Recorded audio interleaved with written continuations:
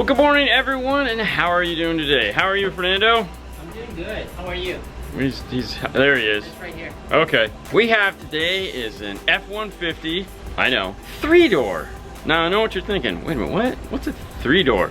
So many years ago in the lands of, wait a minute, we should put 4 doors on a truck. One of the things Ford came out with was a 3-door. That's right. On the passenger side, it's got 2 doors, but here on the driver's side, it's just got 1. Weird, right? I know. Thank God they changed that. But for today, we're not so lucky. That means this speaker is going to be the odd one and more difficult to get out. Fernando's going to go ahead and start on that side. I drew the short straw, and I'm going to start on this side. Come and check it out.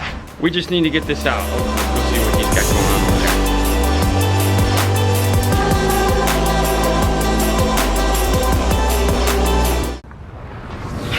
Well, now we know why he's in for new speakers. Square peg, round hole. Oh, what the hell? Oh, that'll stop it right there. Okay.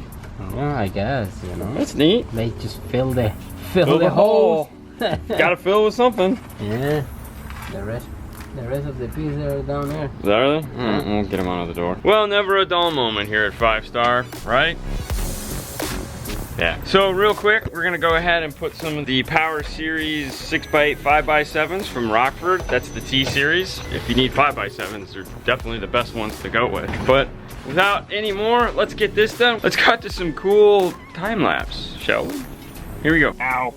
So right off the bat, this is as far forward as this seat will go. It's slid all the way up, and this doesn't go forward because why would it? No one's getting in and out of the car this way. Hey look, water bottles.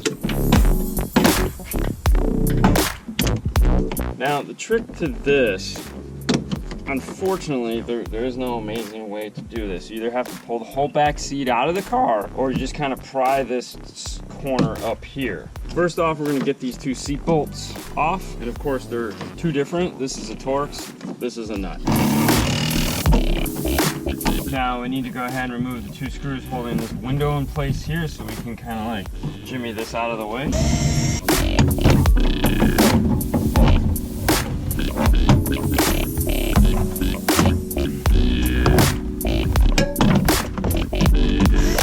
Now most of the time there's some clips behind the seat here, but someone's already replaced these speakers, so they didn't put the clips back. My guess is they kind of did the same thing. They just pulled this back to get to it. So they went ahead and removed those clips. As you can see, we have plenty of room to get to the speaker. Now this does have these style clips on it, so when you put it in or take it out, just kind of lift up and then slide back in. There's a clip here, here, and one right there. But there we go. We'll get this speaker out and get the new one in. And it's got just 2 screws holding it in place. Ooh, wire nuts.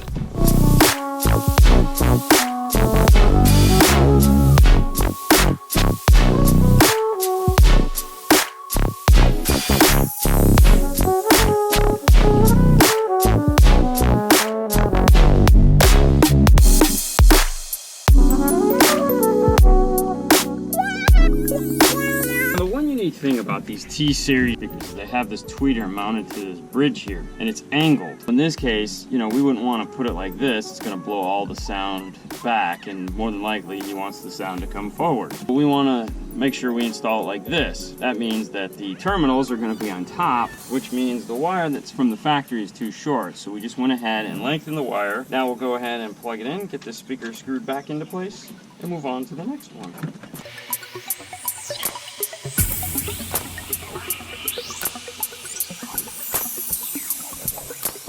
So the other nice thing about these Rockfords is that they put the foam on the back of the speakers already, so that you don't have to. All right, we'll just test it, make sure it works, because I don't want to pull this back off again. Ah, no.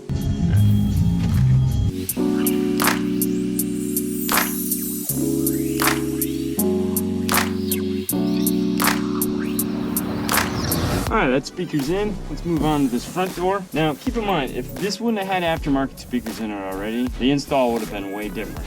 Because there's 3 clips behind here that hold this panel in place. So if you wanted to take the whole panel out of the car to, let's say, do some sound deadening or something like that, you would have had to pull this back seat all the way out to do that, because this panel wraps around it. Lucky for us in this case, we weren't doing sound deadening, and someone had already tore it apart.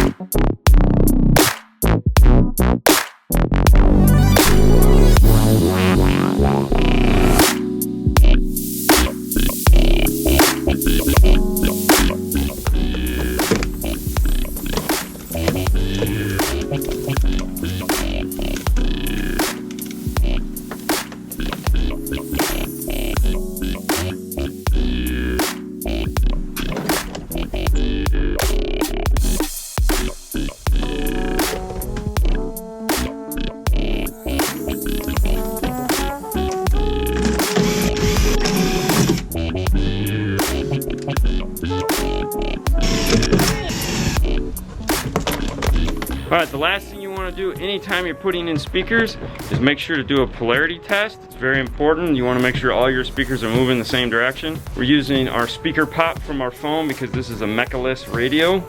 We have our polarity tester here. In this particular vehicle, all the speakers are popping red. It doesn't matter if they all pop red or they all pop green, just so they all pop the same color. It's the most important thing. We're done with this guy. Fernando.